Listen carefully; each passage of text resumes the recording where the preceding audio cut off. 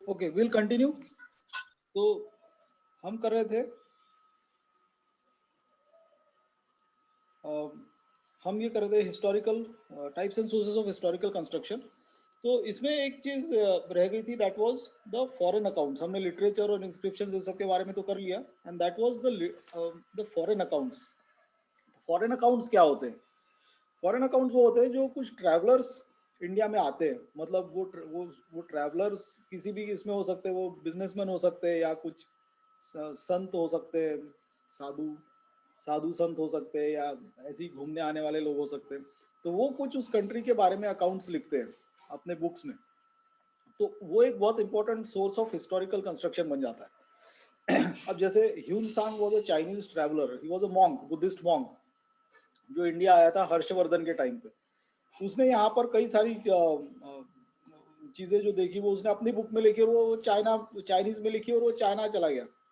ऐसी एक और चाइनीज ट्रैवलर था, और उसने भी गुप्ता पीरियड में आया था। उसने भी चंद्रगुप्त मौर्य के टाइम नहीं, चंद्रगुप्त के टाइम पे, चंद्रगुप्त मौर्य नहीं। और कुछ ग्रीक राइटर्स थे जिन्होंने इंडिया के बारे में लिखा है, वो ग्रीस से। तो ये सारी चीजें भी तुमको जमा करनी पड़ती है अलग अलग जगहों से। Niccolo Conti was there, and then there were some Russian travellers. तो ऐसे अलग अलग travel, Ibn Battuta was there. तो ये लोग अपने जब भी जिस भी टाइम पे इंडिया आते हैं तो इंडिया के बारे में कुछ लिखते हैं।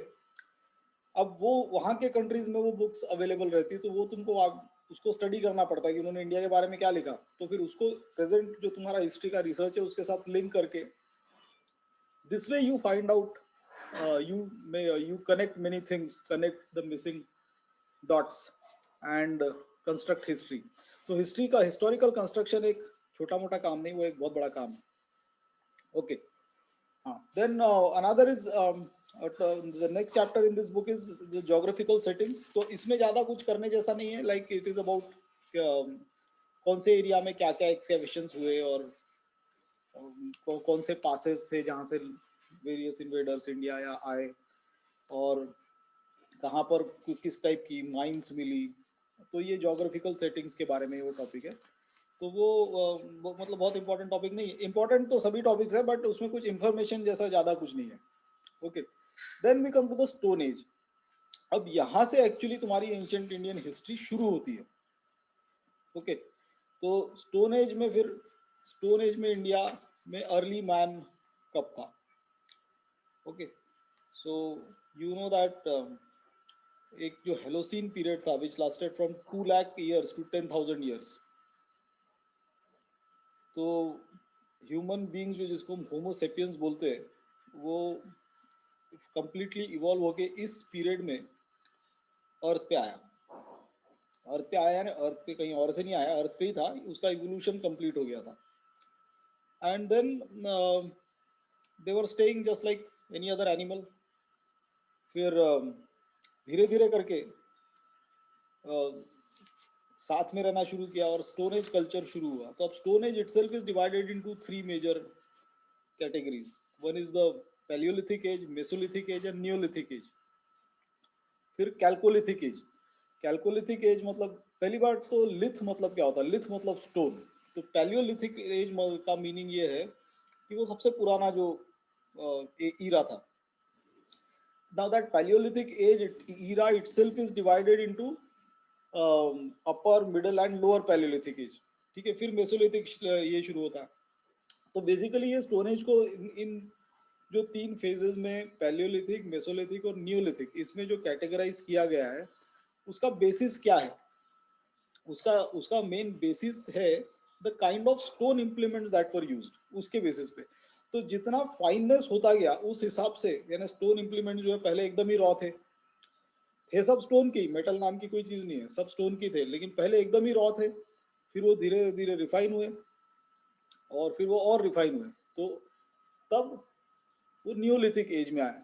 और फिर ये जो ह्यूमन बींग्स ने फायर की डिस्कवरी की थी, वो पैलियोलिथिक एज में ही हो गई थी, लोअर पैलियोलिथिक एज में।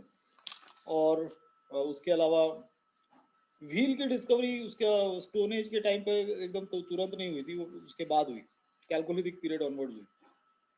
ओके, फिर वो स्टोन्स नियोलिथिक एज के थोड़े पॉलिश्ड भी होने लगे।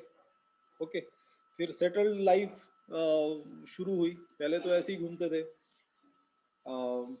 And then basically human being is a gregarious, man is a gregarious animal. Gregarious का मीनिंग ये है कि there is a tendency to live in societies. तो कहीं भी देखो ह्यूमन बीइंग्स हमेशा सोसाइटीज में रहते हैं, भले ही उसमें आपस में झगड़े करे या कुछ करे, ऐसे आइसोलेटेड नहीं रहते कभी भी। अब जैसे तुम किसी वर्ल्ड दुनिया में किसी भी गांव में जाओ, इंडिया में ही नहीं, किसी भी दुनिया के किसी भी गांव में जाओ, तो अब गांव में क्या होती है, गांव में रहने वाले मेजर लोग क्या करते हैं, खेती करते हैं। तो फिर वो अपने खेतों में ही घर बना के क्यों नहीं रहते? मतलब सबके अपने बड़े बड़े खेत है, उसमें एक कोने में अपना घर बना और वहां रहो, ऐसा तो नहीं करते। ह्यूमन बींग्स क्या करते हैं, वो एक पर्टिकुलर गांव में रहते हैं, तो वहां से अपने अपने खेतों में काम करने जाते हैं। वो क्यों? क्योंकि सिंस एंशिएंट टाइम्स, जब से ह्यूमैनिटी का इवोल्यूशन हुआ है, ह्यूमन बींग्स की एक टेंडेंसी रही है साथ में रहने की। वो साथ में रह के फिर तुम्हारे भाईचारे में रहते हुए झगड़े करके रहते, वो एक अलग बात है। लेकिन ह्यूमन बींग्स की टेंडेंसी रही है साथ में रहने की। So man has always lived in society, and that is why the study of society itself becomes very important. And sociology जो पूरा सब्जेक्ट है वो है ही स्टडी ऑफ सोसाइटी।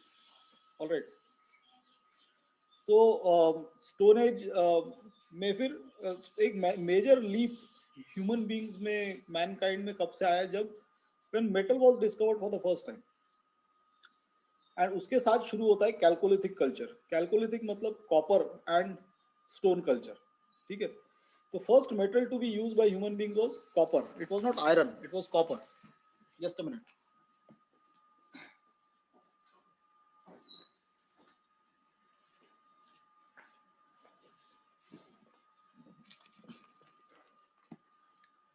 ओके, तो अब यहाँ पर सेटल्ड एग्रीकल्चर और ये सब शुरू हुआ।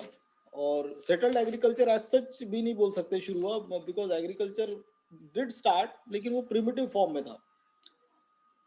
ओके, तो फिर अब इंडिया में कई सारे साइट्स है जहाँ पर कॉपर की ये मिली है, जैसे जोरवे, नवासा,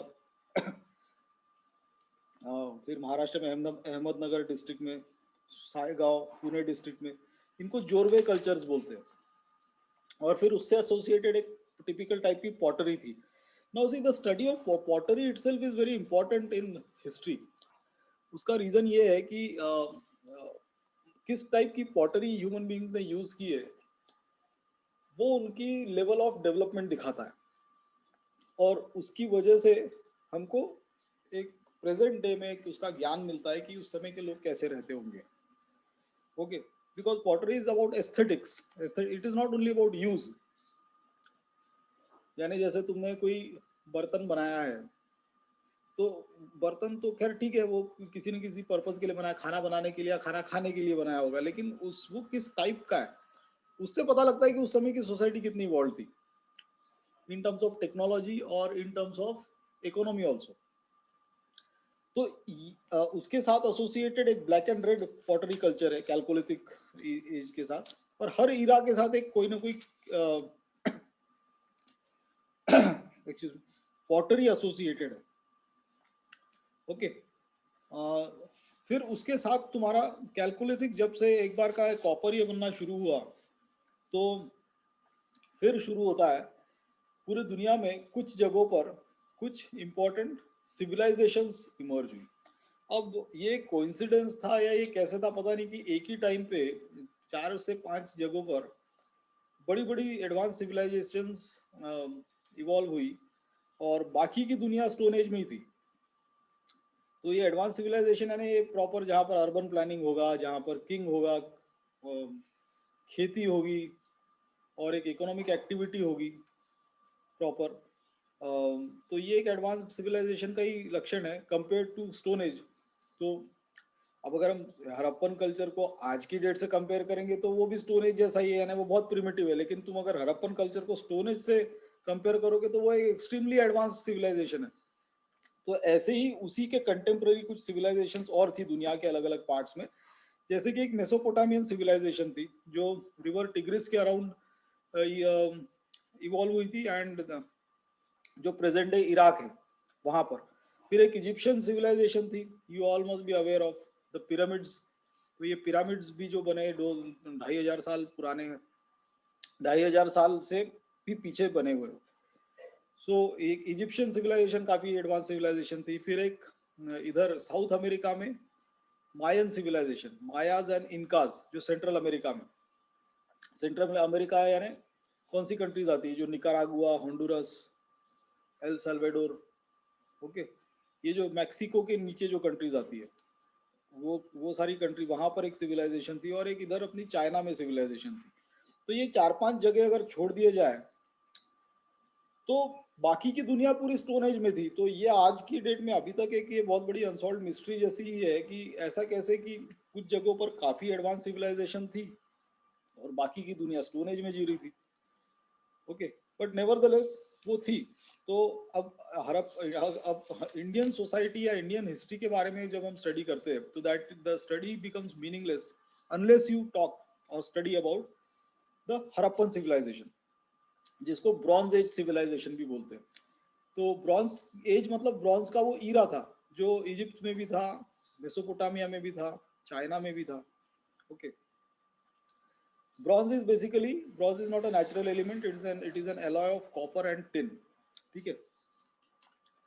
तो ब्रॉन्ज एज सिविलाइजेशन वहीं पे पनपी है जहां पर ब्रॉन्ज कॉपर काफी बड़ी मात्रा में पाया जाता था। तो आज की भी डेट में इंडिया की जो मेजर कॉपर माइंस है वो राजस्थान एरिया में ही है। तो राजस्थान और जो प्रेजेंट डे पाकिस्तान है वहां पर कई सारी कॉपर माइंस है। तो वहां पर कॉपर उस समय भी एक्सकेवेट करके उन्होंने, human beings must have learned the use of copper. तो मेटल का ह्यूमैनिटी की लाइफ में आने से बहुत फर्क पड़ जाता है। बिकॉज अब जैसे तुम अगर एग्रीकल्चर भी करते हो तो उसकी जो प्लोइंग है, जो प्लोइंग पार्ट है, वो एक वुडन प्लो के कंपैरिजन में मेटेलिक प्लो से उसकी एफिशिएंसी या उसका अमाउंट बढ़ जाता है। So when agricultural activity increases, so automatically the entire the society का जो सेटअप है वो चेंज होना शुरू हो जाता है। सिंपल रीजन उसका ये है कि अब जैसे खाना देखो, ह्यूमन बींग्स कैसे सरवाइव करेंगे, खाना खा के, ठीक है, खाना तो खाना ही है। तो पहले सबको अपना अपना खाना ढूंढना या उगाना पड़ता था। ओके, यानी तुम खुद जानवर को मार, मतलब एनिमल्स की हंटिंग करके उसको खाओ, या खुद के अपने गार्डन में खाना उगाओ और अनाज उगाओ और खाओ। ओके, लेकिन जब से अगर एग्रीकल्चर की एफिशिएंसी बढ़ जाती है तो उससे फर्क क्या पड़ता है? उससे फर्क ये पड़ता है कि हर किसी को खाना उगाने की जरूरत नहीं है अब, because few people can grow food for the entire society, जो आज की भी डेट में होता है। क्या हम अपना खाना अभी उगाते? हम नहीं उगाते, हम खरीद के लाते। उगाता कोई और है, किसान। तो कुछ लोग पूरे सब, बाकी सब के लिए अनाज या खाना प्रोड्यूस कर सकते हैं। तो जब ये वो कर सकते हैं तो बाकी लोग फिर क्या करेंगे? अगर तुमको खाना अपना नहीं ये करना है, उगाना नहीं है, या उसको ढूंढना नहीं है, हंटिंग नहीं करनी है, तो फिर तुम क्या करोगे? तो फिर बाकी लोग स्पेशलाइज करते हैं, बाकी लोग अलग अलग प्रोफेशंस में स्पेशलाइज करते हैं। तो फिर कोई ब्लैक स्मिथ बनता है, कोई कारपेंटर बनता है, ठीक है, कोई जुलाहा बनता है यानी कपड़ों का काम करने वाला बनता है, कोई लोग एडमिनिस्ट्रेशन में जा सकते हैं, कोई पॉलिटिशियन बनेगा यानी कोई राजपाट करेगा। तो क्योंकि अब सबको अपना खाना उगाने की जरूरत नहीं है। Alright, so agriculture is the basis of everything. Agricultural productivity जितनी बढ़ती गई उतना ही स्पेशलाइजेशन बढ़ता गया। ओके, सो विद दिस तो ये सारी प्रोडक्टिविटी बढ़ी क्यों? उसका बेसिस ये था द यूज ऑफ मेटल्स। तो मेटल का यूज जैसे ही शुरू हुआ, अपने आप ही एग्रीकल्चरल प्रोडक्टिविटी बढ़नी शुरू हुई। ओके, और एग्रीकल्चर प्रोडक्टिविटी बढ़नी शुरू हुई तो लोगों ने स्पेशलाइज करना शुरू किया, और फिर उसके बाद धीरे धीरे चीफडम्स, ट्राइबल के वो क्लैंस बने। देन क्लैंस के बाद स्मॉल किंगडम्स बने। Kingdoms gave rise to various large empires. Okay, तो अब जैसे कोई भी एम्पायर अगर है, कोई बड़ा एम्पायर है और उसके पास बहुत बड़ी आर्मी है, तो आर्मी को सस्टेन कहाँ से करोगे तुम? आर्मी को सस्टेन तुम एक टैक्सेशन सिस्टम से ही करोगे। और टैक्स कोई कब देगा? टैक्स कौन देगा? उस समय कोई बाकी की इंडस्ट्रीज थोड़ी ना थी, टैक्स आता था एग्रीकल्चर से। तो एग्रीकल्चरल प्रोडक्टिविटी थी तभी तो टैक्स था, और तभी वो बड़ी आर्मी थी। वरना हर कोई, वरना तो हर किसी को अपना अपना खाना उगाना पड़ता था ना। तो कम लोग ज्यादा लोगों के लिए खाना कैसे के लिए खाना उगाना उन्होंने कैसे शुरू किया, वो सिर्फ मेटल की यूज की वजह से हुआ। Okay, and then this gave rise to Harappan culture. Now in this Harappan culture you have to study various aspects of Harappan culture. तो जैसे now it was a relatively advanced civilization compared to other parts of the world. तो जैसे वहाँ पर उनकी कुछ specific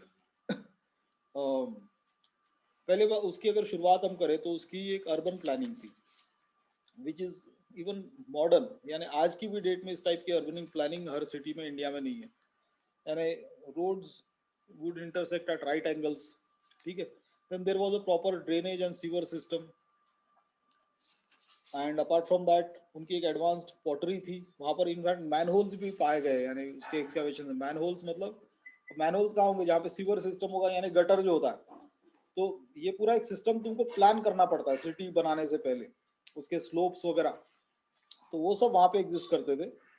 then what kind of animals and what some kind of agriculture was practised, ये पता लगता है कि उनकी कई सारी ग्रैनरीज उनको मिली है। ग्रैनरीज मिलने का मतलब ये है कि काफी सारा एग्री अनाज उगता होगा, तभी तो ग्रैनरी है जहाँ पे वो स्टोर होता है। ओके, फिर उसके अलावा जैसे गुजरात में एक साइट है लोथल, वहां पर शिपयार्ड मिला है हड़प्पन टाइम का। तो इसका मतलब ये है कि शिप्स भी थे उस समय, और जो फॉरेन में ट्रेड करते थे, trading activity used to happen. सो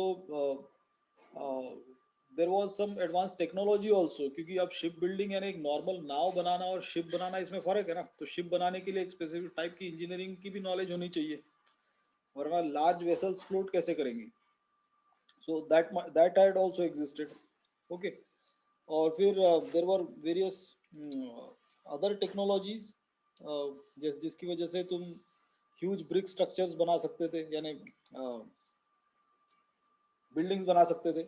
और उसके अलावा seal making was there were goldsmith, some gold ornaments etc were also found of that age। तो उस समय गोल्ड स्मिथ भी हुआ करते थे। तो गोल्ड को मोल्ड करना और उसको ज्वेलरी में कन्वर्ट करना, उसके लिए भी कुछ इक्विपमेंट और एक आर्ट तो लगेगा ही, तो दैट आल्सो एग्जिस्टेड।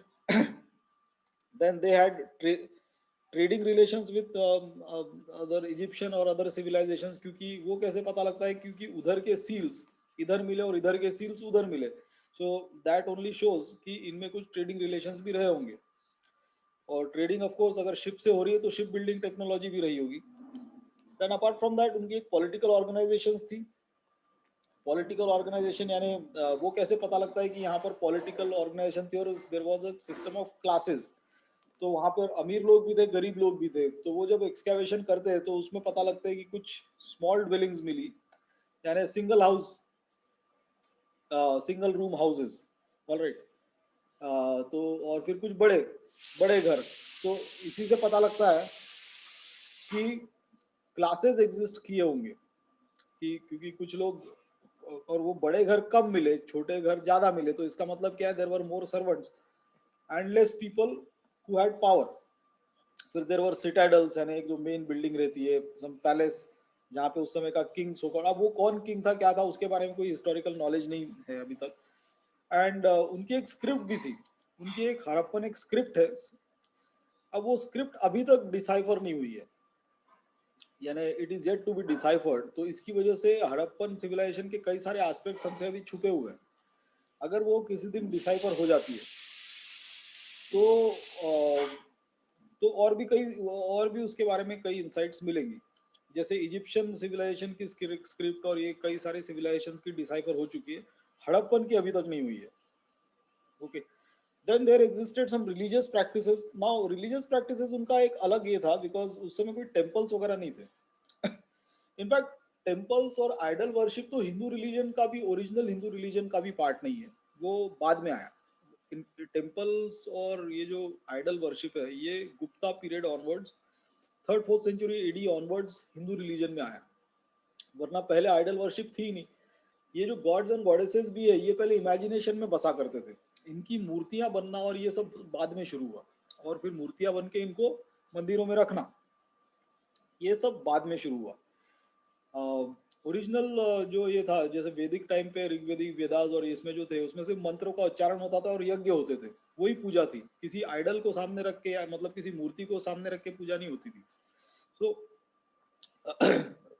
यानी you can also say that idol worship and temples themselves are not essential parts of Hinduism, are not the original parts of Hinduism. All right. तो उस हड़प्पन कल्चर में भी जो रिलीजियस प्रैक्टिसेस थी, वो अलग type की थी। वहां पर बेसिकली फल्लू वर्शिप होती। फल्लूज का मतलब ये होता है the genital organs of males and females were worship. तो अब जैसे जो शिवलिंग की पूजा अभी भी होती है, तो उसका जेनेसिस हड़प्पन सिविलाइजेशन को ट्रेस किया जा सकता है। Okay, because a male deity was found, then god had an image was found with 3 heads. तो ब्रह्म की जो कल्पना है, जो ब्रह्म की अगर आपने फोटोज और ये सब देखी होगी, तो वो भी वैसा ही है, 3-4 हेड्स। तो उसकी भी जो शुरुआत है वो वहां से हुई होगी। Now many Jains claim their origination in Harappan civilization. अब कई हिस्टोरियंस इस बात को नहीं मानते, लेकिन जैन्स लोग ये बोलते हैं, हिस्टोरियंस नहीं मानते इस बात को, क्योंकि जो उनका पहला तीर्थंकर था वो हड़प्पन सिविलाइजेशन के काफी बाद था। लेकिन जैन्स उसको एंटिक्विटी देने के लिए, एंटिक्विटी यानी उसको पूरा अपना, हमारा रिलीजन सबसे पुराना है वो दिखाने के लिए, मतलब मे बी उसको उसको वैसा ट्रेस करते होंगे। देन अपार्ट फ्रॉम दैट, वहाँ पर ट्रियो और एनिमल्स की वर्शिप होती थी, because many animals have been found on various seals. एक हम्ड बुल है जो कई सारे कॉइन्स और उस पे सील्स पे पाया गया है। देन उसके अलावा ट्रीज हैव बीन फाउंड। तो दिस ओनली शोज कि ट्रीज और एनिमल्स इनकी वर्शिप होती होगी उस जमाने में। और ह्यूमन बींग्स को रिलीजन की जरूरत पड़ी ही बेसिकली इसीलिए है कि they wanted to know the answers to the unknown. तो अननोन क्या है? अननोन ये है कि पहली बात तो जैसे जीवन क्यों आता है, मृत्यु क्यों होती है, ये अननोन चीज है। फिर बारिश क्यों आती है, तूफान क्यों आता है, आंधी क्यों आती है, अर्थक्वेक क्यों आता है, वोल्केनो, ये सारी चीजों के साइंस के बेसिस पे अगर तुम्हारे पास आंसर्स नहीं है, तो you will have to link them to something, and that is the god. तो इस वजह से गॉड की और रिलीजन की जरूरत ह्यूमन बींग्स को पढ़ने लगी, और उस हिसाब से रिलीजन्स दुनिया में अलग अलग फॉर्म्स में इवॉल्व हुए। Okay, now Harappans also had a elaborate system of weights and measures. ठीक है, तो जिसमें उनके मल्टीपल्स, 16 के मल्टीपल्स में सब होता था। और इनफैक्ट अभी भी कुछ साल पहले तक 16 के मल्टीपल्स में इंडिया में भी यूज करते थे। जैसे कि 16 आना, 16 आना मतलब कितना होता है? 1 रुपया। 50 पैसे को पहले 8 आने बोलते थे, चवन्नी, चवन्नी यानी 25 पैसे को चवन्नी बोलते थे, मतलब 4 आना। तो ये जो 4 और 16 का सिस्टम है ये इंडिया में you can trace it back to Harappan civilization. Alright, then there were elaborate potteries, and pottery was also quite advanced। और उसके बाद टेराकोटा फिगराइंस, ये सारी चीज़ें वहाँ पर मिली है। और फिर हड़प्पन सिविलाइजेशन गायब कहाँ हो गई, इसके पीछे बहुत सारी थ्योरीज है। वन थ्योरी इज लाइक कोई अर्थक्वेक या वॉल्केनो आ गया, या उसकी वजह से कई सारे लोग मर गए। एक थ्योरी है कि वहाँ की वो एरिया ही बंजर हो गई, so it was agriculturally unfit, तो अपने आप लोगों ने वहाँ से माइग्रेट कर लिया और वो जगह खत्म हो गई। एक थ्योरी ये भी है कि आर्यन जब वहाँ से आए, सदर्न रशिया से इंडिया में आए, ईरान से होते हुए, तो उन्होंने उस सिविलाइजेशन को, उस सभ्यता को नष्ट किया। तो कोई भी कंक्लूसिव उसके ऊपर अभी ये नहीं है कि वो क्यों खत्म है। Okay, then we come to the advent of Aryans and the age of Rigveda. अब ये इम्पॉर्टेंट है, because the origin of Hindu religion itself has to be traced back to the advent of Aryans. तो अब पहली बात तो ये इंडिया में आर्यंस आए थे और वो भी कुछ पर्टिकुलर एरिया से आए थे, वो पता कैसे लगता है? So that is through the continuity in languages. Now there are many words similar to Indian and European languages. अब जैसे इंडियन और चाइनीज लैंग्वेजेस में कोई सिमिलैरिटी नहीं है वर्ड्स में भी, लेकिन कई सारे सिमिलैरिटीज ये जो पूरा यूरोप की जो लैंग्वेज है, ग्रीस से लेके सदर्न वो रशिया से लेके जर्मनी, रशिया, ईरान, इराक से लेके इंडिया में और यहाँ पे, तो ये संस्कृत और इन सारी लैंग्वेजेस में कई सारे वर्ड्स कॉमन है। तो इससे ये पता लगता है कि there must have been a common people who have use this words. So वो कॉमन लोग कौन थे? तो वो आर्यन थे।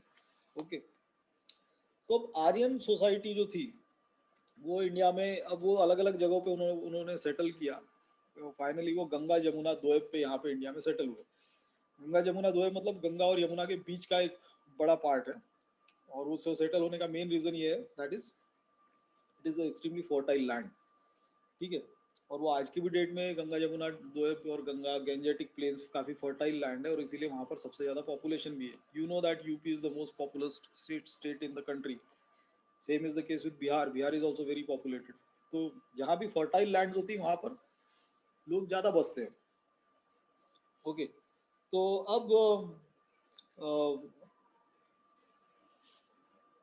अब ऋग्वेदिक पीरियड उसको पहली बात तो कहा क्यों जाता है? उसको इसलिए कहा जाता है, ये पीरियड कब से था? 1500 बीसी से 1000 बीसी तक का। ऑलराइट, सो 1500 बीसी से 1000 बीसी का जो पीरियड है इसको ऋग्वेदिक पीरियड में गिनते हैं। और इसको क्यों बोलते हैं वैसा? बिकॉज इस पीरियड में वेदों का की रचना हुई। तो जितने भी वेद थे वो इसी पीरियड में लिखे गए। और वेद, जो सारे वेद है उनकी 1028 उसमें पोएम्स है। ऑलराइट, तो basically it is a collection of poems. ठीक है, और वो पोएम और ये तो वो सब किन्होंने लिखी थी? उस समय के जो साधु संत ये सब थे, उन लोगों ने लिखी थी। और इनमें बेसिकली क्या है? तो they are nothing but prayers which are offered to Agni, Indra, मित्र, वरुण, ऐसे। और उसमें अग्नि का नाम सबसे ज्यादा मेंशन किया गया है वेदों में। तो दिस ओनली शोज कि fire was the most sacred thing in Rigvedic period. तो अब इससे तुमको इसका भी अंदाजा हो जाएगा कि उस समय कोई लक्ष्मी, विष्णु, शंकर, राम, कोई भगवान नहीं थे, दुर्गा। तो क्योंकि इन सब का नाम पूरे वेदों में कहीं लिखा ही नहीं है। किसी भी वेद में ये वर्ड तुमको मिलेगा ही नहीं। राम था, लक्ष्मण था, कृष्ण, विष्णु, शिवा, दुर्गा, लक्ष्मी, किसी भी गॉड गॉडेस का नाम तुमको वेदों में नहीं मिलेगा। क्योंकि वेदों की पूजा ही वेदों में इनके नाम ज्यादा है, अग्नि के, इंद्र के, मित्र और वरुण। तो ये सब अलग अलग चीजें सिग्निफाई करते हैं। ओके, नो, अब ये कैसे पता लगता है कि ये आर्यन ने लिखे होंगे या आर्यन वहां से आए होंगे? तो क्योंकि ईरान की एक सीक्रेट टेक्स्ट है जिसका नाम अवेस्ता है, उसमें कई सारी चीजें कॉमन है। उसमें और कई इसमें कई सारे वर्ड्स कॉमन है। Same is the case with Hittite inscription of Anatolia जो टर्की में है। फिर कैसाइट इंस्क्रिप्शन जो मिले उधर सीरिया में, sorry, Mitani inscription of Syria, और ऐसे कई सारी चीजों में कई सारे सिमिलर वर्ड्स है। इससे पता लगता है कि वो सेम क्लास ऑफ लोगों ने लिखा है। ओके, देन फिर वो यहाँ पर इंडिया में जब सेटल होने शुरू हुए तो वो कई सारे रिवर्स के नाम उन्होंने उसमें लिखे, मेंशन किए। और उन्होंने उसमें एक स्पेसिफिक चीज मेंशन की है जिसको बोलते हैं दस्यूज। दस्यू वर्ड यूज होता है। दस्यू मतलब दासाज। तो दासा कौन थे? दास मतलब, तो वो एक अलग, दासों को एक अलग कैटेगरी की तरह उसमें यूज किया गया। तो दिस ओनली शोज कि वो यहाँ के नेटिव्स थे, यहाँ के जो ओरिजिनल इनहेबिटेंट्स थे इंडिया के, उनको दासाज या दस्यूज के नाम से संबोधित किया गया। और त्रासदस्यु मतलब ये है कि जो इनके ऊपर इन्होंने राज किया। ठीक है, सो अभी इनके भी अपने कई सारे ट्राइब्स थे, यानी जो आर्यन थे वो सिंगल यूनिफाइड ऐसा एम्पायर की तरह और एक किंग के अंडर में बहुत बड़ी आर्मी आ रही है वैसा नहीं था। ये भी ढेर सारे अपने आपस में ट्राइब्स थे, और जिनके आपस में ही बहुत सारे झगड़े होते थे। ठीक है, तो उसमें दो इंपॉर्टेंट ट्राइब्स थे, one was Bharat tribe and the Tritsu tribe. और ये जो भारत ट्राइब था, इसकी वजह से भारत, इंडिया का नाम भारत पड़ा। ठीक है, फिर इनके अलग अलग बाइफर्केशन थे, पुरुष, कुरुज, अब वो कौरव, पांडव जिनको हम बोलते हैं, फिर महाभारत ये हुआ। Now one more thing you must remember that Mahabharata वगैरह जो है वो काल्पनिक है। काल्पनिक इन द सेंस वो कोई ट्रू स्टोरी नहीं है। वो एक बैटल हुआ था between the two clans who were known as Purus and Kurus, who were from the same blood line. और उनके बीच में एक बैटल हुआ था। वो दोनों ट्राइबल ग्रुप्स थे। बस इतना है हिस्ट्री में लिखा हुआ। ठीक है, महाभारत वगैरह को तुमको हिस्ट्री, ये जो सारे फिगर्स है, अर्जुन, दुर्योधन, ठीक है, कौरव पांडव, जो हम महाभारत में सो कॉल्ड पढ़ते हैं, वो बेसिकली एपिक है, वो काल्पनिक है। तो वो कोई रियल में नहीं हुई थी। रियल में क्या हुआ था, दो दो क्लैंस के बीच में एक फाइट थी, वो हिस्ट्री में क्रॉनिकल्ड है। तो बस उतना है हमको पता, बाकी की उसका उसके ऊपर जितनी कहानियां लिखी गई है वो सब मनगढ़ंत कहानियां हैं। और महाभारत भी कोई वन स्टेज में नहीं लिखी गई, महाभारत का कंपोजिशन 1400 सालों में हुआ है। So it started from 10th century BC, sorry, हाँ, 10th century BC till 400 AC AD, one, sorry not 10th century, 1000 BC से लेके 400 एडी, यानी 1400 साल के पीरियड में महाभारत का कंपोजिशन हुआ है।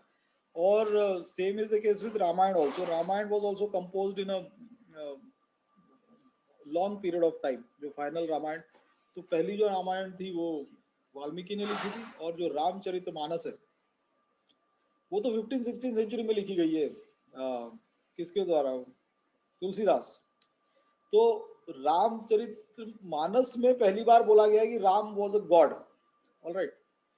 अदरवाइज जो ओरिजिनल रामायण है उसमें राम वॉज अ किंग की तरह उसको संबोधित किया, और उसके ऊपर वही कहानी है, रामायण जो कहानी है। रामचरितमानस में उसको गॉड, राम को गॉड का स्टेटस मिला। तो इंडियन हिंदू रिलीजन के गॉड्स एंड गॉडेसेस का भी एक इवोल्यूशन हुआ है। अलग अलग इराज में अलग अलग देवों की पूजा हुई है, और वो प्रोसेस अभी भी चल रहा है। नए नए गॉड्स आते गए और पुराने जाते गए, ऐसा रहता ना। इनफैक्ट गणेश या गणपति पूजा जो है वो पॉपुलर है। वो Ganpati was not a popular God in India, अभी भी पूरा नहीं है, महाराष्ट्र में ज्यादा है।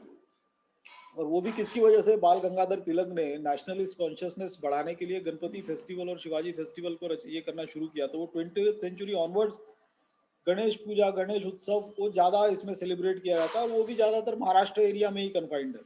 तो उसके पहले Ganesh was not a very popular God. तो गॉड्स एंड गॉडेसेस की पॉपुलैरिटी भी समय के साथ बदलती रही है इंडिया में।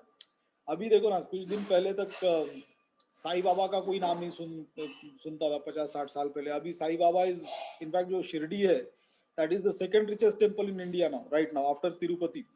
तो Sai Baba has evolved as another god, kind of god nowadays. बहुत बड़ी श्रद्धा, बहुत लोगों की श्रद्धा है उनपे, और हिंदुस्तान के अलग अलग कोनों से लोग वहां पर दर्शन करने आते।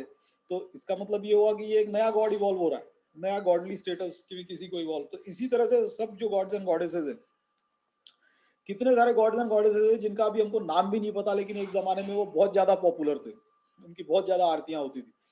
और उसमें से एक तो इंद्र ही है। इंद्र जो है, was who is Indra, Indra is the king of gods. तो इंद्र की अपनी अपने एक जमाने में, ऋग्वेदिक पीरियड में, तो इंद्र ही सबसे बड़ा गॉड था, यानी जिसको अगर मानते थे, क्योंकि इंद्र वर्ड जो है वो ऋग्वेदों में सेकेंड हाईएस्ट टाइम्स यूज हुआ है अग्नि के बाद। तो पहले इंद्र था, अभी कौन जानता है इंद्र का नाम? कोई कभी तुमने सुना है इंद्र का कोई मंदिर है, या इंद्र की कोई पूजा हो रही है, इंद्र के नाम पे कोई उत्सव हो रहा है? अभी नहीं है। तो वो अभी गायब हो गया हमेशा के लिए। तो ऐसे ही नए गॉड्स एंड गॉडेसेस इसमें आते रहे। हम कैसा, हम अपने लाइफ टाइम का स्पैन देखते। तुम अगर बहुत बड़ा स्पैन देखो तो तुमको पता लगेगा कि कई सारे गॉड्स आए और गए, अभी भी जो है वो आगे चले जाएंगे, दूसरे आएंगे, ऐसा होता है। Okay, so Rigvedic period was quite advanced in many senses. तो उनका एक पेंटेड ग्रेवेयर था।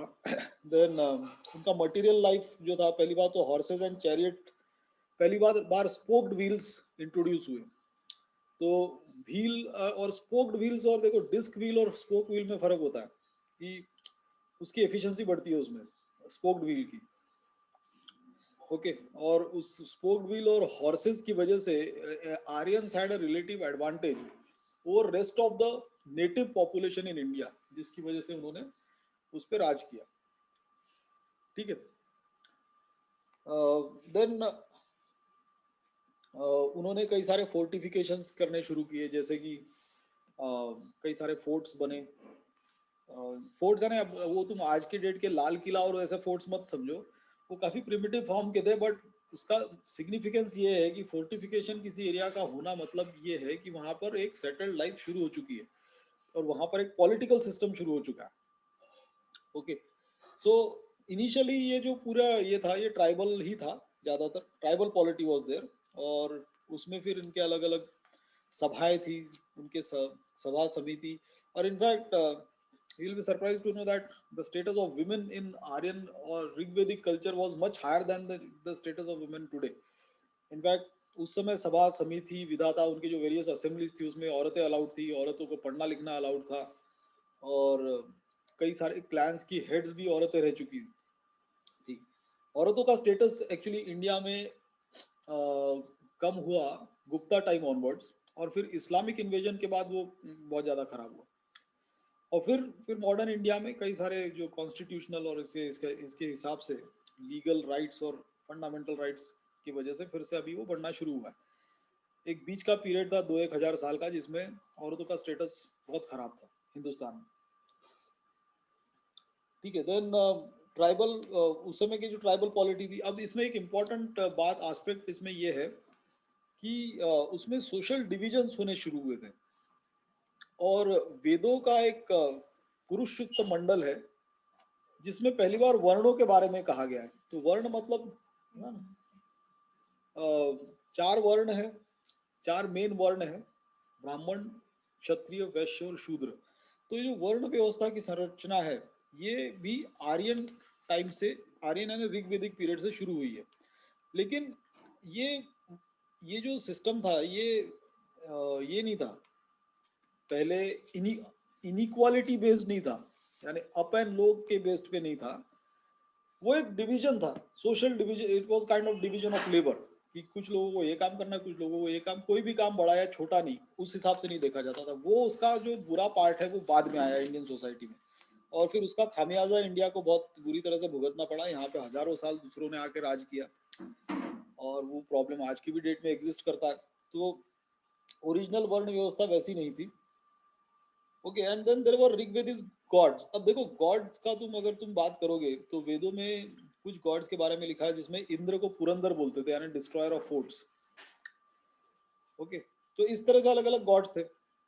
सो will have to stop here right now, will continue with this tomorrow and the introduction part, और कल 7:30 बजे फिर से will continue with the rest of the introduction part, and then will start the topics. Okay, so we'll stop here. Thank you very much. See you tomorrow at 7:30.